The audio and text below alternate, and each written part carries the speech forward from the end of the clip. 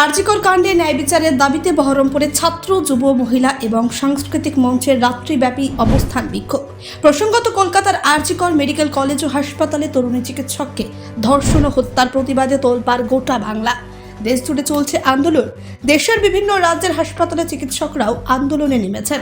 তাছাড়াও বিভিন্ন রাজনৈতিক দল, বিভিন্ন স্বেচ্ছাসেবী সংগঠন ও সাধারণ মানুষও প্রকৃত দোষীদের ন্যায় বিচারের দাবিতে পথে নেমেছেন। এবার আরজিকর কাণ্ডের প্রতিবাদে ন্যায় বিচারের দাবিতে বহরমপুরে ছাত্র, যুব, মহিলা এবং সাংস্কৃতিক মঞ্চের অবস্থান বিক্ষোভ। মুহুর্মুহু স্লোগান উঠে দাবি এক দফা এক, মুখ্যমন্ত্রীর পদত্যাগ।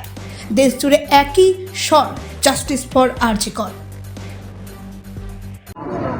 আমাদের অবস্থান বিক্ষোভের মূল দাবি হচ্ছে মুখ্যমন্ত্রীর পদত্যাগ। কারণ যে এরকম একটা নারকীয় ঘটনা ঘটার পরেও এবং নারকীয় ঘটনার পেছনে ওনার ভূমিকা আছে আজ সেটা প্রমাণিত। কারণ নারকীয় ঘটনা ঘটার পরে এতদিন হয়ে গেল, এখনও কোনো দোষী সেভাবে কোনো গ্রেপ্তার হওয়া বা মুখ্যমন্ত্রীর তরফ থেকে একটা ঘোষণা দেওয়া যে এই সমস্ত কিছু ঠিকঠাক বিচার হবে, তার কোনো কিছু নাই। তাই আমরা জনগণ, গোটা রাজ্যের জনগণ সবাই নির্বিশেষে সবার একটাই কথা যে এই মুখ্যমন্ত্রী আর নয়, এই মেয়েকে বাংলার চায় না, এই মুখ্যমন্ত্রী আর নয়, আর নয়। মিতা দত্ত। দিন হয়ে গেল, ধর্ষকরা কেন শাস্তি পেল না, কেন প্রমাণ লোপার চেষ্টা করা হলো, তাদেরকে বাঁচাতে এই লুকোচুরি খেলা হলো, তা স্পষ্ট করতে হবে। যারা যারা দোষী যুক্ত তাদের শাস্তি দিতে হবে, ধর্ষকদের দৃষ্টান্তমূলক শাস্তি দিতে হবে। কেন তদন্তে রাজ্য পুলিশের এত দেরি হলো তার জবাব দিতে হবে। আর যা পরিষ্কার করতে হবে, কাকে বাঁচাতে, কাকে আড়াল করতে সন্দীপ ঘোষকে প্রমোশনাল ট্রান্সফার দিয়ে প্রাইস ট্রান্সফার দিয়ে পাঠানো হলো, এটা পরিষ্কার করতে হবে। এই আরজিকর থেকে পদত্যাগ করার 4 ঘন্টার মধ্যে প্রাইস ট্রান্সফার করিয়ে ন্যাশনাল মেডিকেল কলেজে পাঠানো হলো। কার স্বার্থ রক্ষার্থে এইটা পরিষ্কার করে স্বাস্থ্যমন্ত্রীকে উত্তর দিতে হবে। আর এই উত্তর দিতে না পারলে স্বাস্থ্যমন্ত্রককে সেই দায় নিয়ে স্বাস্থ্যমন্ত্রীকে পদত্যাগ করতে হবে।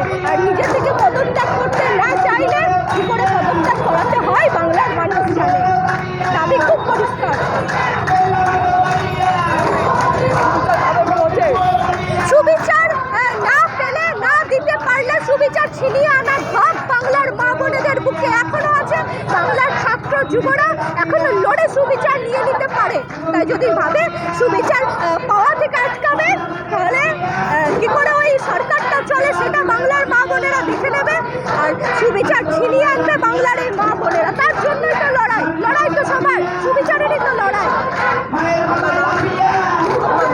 অনিশা মুখার্জি।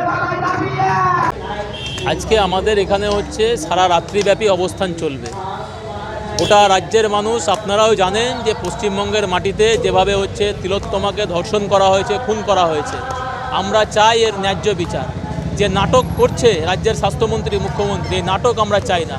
আমরা চাই অবিলম্বে আসল দোষীকে গ্রেপ্তার করতে হবে এবং তার উপযুক্ত ব্যবস্থা করতে হবে। আর তা যদি না পারে তাহলে হচ্ছে মুখ্যমন্ত্রী পদ থেকে, স্বাস্থ্যমন্ত্রীর পদ থেকে তাকে হচ্ছে পদত্যাগ করতে হবে। কারণ আপনারা জানেন যে পশ্চিমবঙ্গের মাটিতে যে ঘটনা ঘটছে, এই ঘটনা বিগত দিনে কোনোদিন ঘটেনি। ডাক্তার খুন হয়ে যাচ্ছে, নির্লজ্জতা, এর চাইতে আর কী হতে পারে?